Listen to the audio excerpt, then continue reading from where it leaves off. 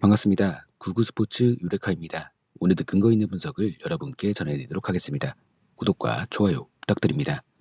이번 영상에서는 EPL 두 경기를 준비했습니다. 저희 경기 분석에 앞서서 국내 최대의 정보물방을 무료로 초대해드리고 있습니다. 영상 아래 고정 댓글 클릭 후 메시지 주시면 무료로 초대해드리고 있으니까요. 많은 참여 바랍니다. 첫 번째 경기는 에버턴 대 뉴캐슬 유나이티드의 EPL 20라운드 일정입니다. 31일 오전 4시 30분 에버턴의 홈인 구디스파크에서 펼쳐지는 경기인데요. 먼저 홈팀 에버턴에 대해 분석해드릴게요. 에버턴의 새 시즌은 시작부터 불안했습니다.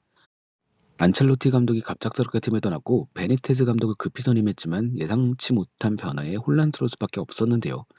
타운샌드, 베고비치, 그레이 등을 영입하면서 스쿼드를 보강했지만 지난 시즌에 비해 전력이 약해진 것은 부인할 수 없는 사실이었습니다.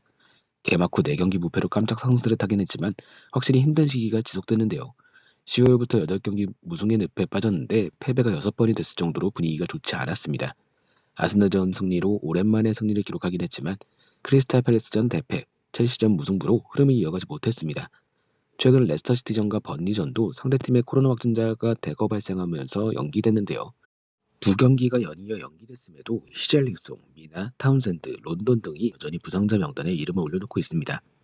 칼버트-루빈, 디뉴, 그레이, 델프, 데이비스가 뉴캐슬전을 통해 복귀가 기대되고 있지만 출전 여부는 아직 확진할 수 없습니다. 다음은 원정팀 뉴캐슬에 대해 설명드릴게요. 지난 시즌은 12위라는 나쁘지 않은 성적으로 마친 뉴캐슬은 올 시즌 최악의 시작을 알렸습니다.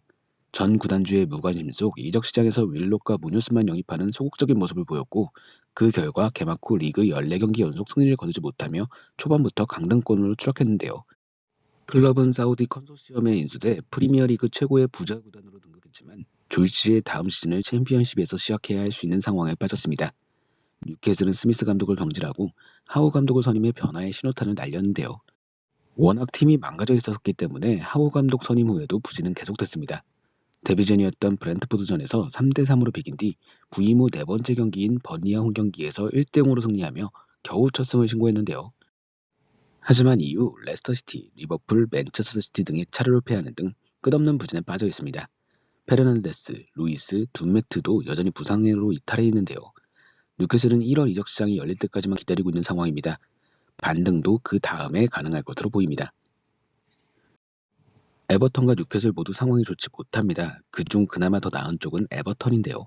상대팀의 코로나 확진자 문제로 2주 만에 경기를 치르는 에버턴은 체력적으로 완벽한 상황이며 반면 뉴캐슬은 맨체스터 유나이티드전 이후 3일 만에 경기를 치러야 합니다. 뉴캐슬의 스쿼드도 정상이 아니기 때문에 이번 경기는 에버턴이 쉽게 잡을 수 있으리라 생각됩니다. 두 번째 경기는 맨체스터 유나이티드의 버니의 EPL 20라운드 일정입니다. 31일 오전 5시 15분 맨유의 홈인 올드 트래포드에서 펼쳐지는 경기인데요. 먼저 홈팀 맨유에 대해 분석해드릴게요. 지난 시즌 준우승을 차지한 맨유는 새 시즌 명가부활 및 프리미어리그 우승이라는 원대한 목표를 잡았습니다. 산초, 바란에 이어 호나두까지 영입하면서 막강한 스쿼드를 완성했는데요. 시즌 초반 5경기 무패를 달리며 우승 후보임을 증명했지만 기대만큼 실망은 더 컸습니다. 소이샤르 감독의 전술적 문제와 선수단 장악 실패로 팀이 극심한 부진에 빠졌고 7경기에서 1승 1무 5패라는 최악의 성적을 거두며 우승 경쟁에서 밀려났는데요. 결국 맨유는 소이샤르 감독을 경질하고 랑닉 감독을 선임해 반등을 꾀했습니다. 감독 교체 효과는 성공적이었는데요. 맨유는 첼시전 무승부에 이어 아스널, 크리스탈 팰리스, 노리치 시티를 차례로 꺾고 연승 행진을 달렸습니다. 물론 팀 내 코로나 확진자 속출로 최근 2경기가 연기돼 흐름을 이어가지 못했습니다. 다행히 3일 전 뉴캐슬 유나이티드전을 통해 경기 감각을 끌어올렸는데요. 맨유는 포그바를 제외한 대부분 선수가 부상해서 돌아왔기 때문에 다시 한번 상승세를 탈 준비를 마쳤습니다. 다음은 원정팀 번니에 대해 설명드릴게요. 번니의 지난 시즌도 실패였습니다. 17위로 겨우 강등을 면했는데요. 몇 년 전까지만 해도 강력한 수비를 바탕으로 한 성굵은 축구로 재미를 봤지만 최근 들어 장점이었던 수비가 무너지면서 번니다운 축구가 나오지 않는 모습입니다.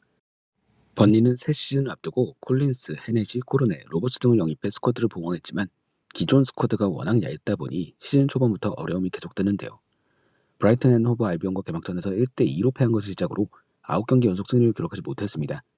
2달 전 승격팀 브렌트포드를 상대로 감격적인 첫 승을 신고하긴 했지만 이후 5경기 연속 무승을 이어가면서 분위기를 살리지 못했는데요. 15경기에서 1승밖에 기록 중이지 못하니 올 시즌 유력한 강등 후보로 평가될 수밖에 없었습니다.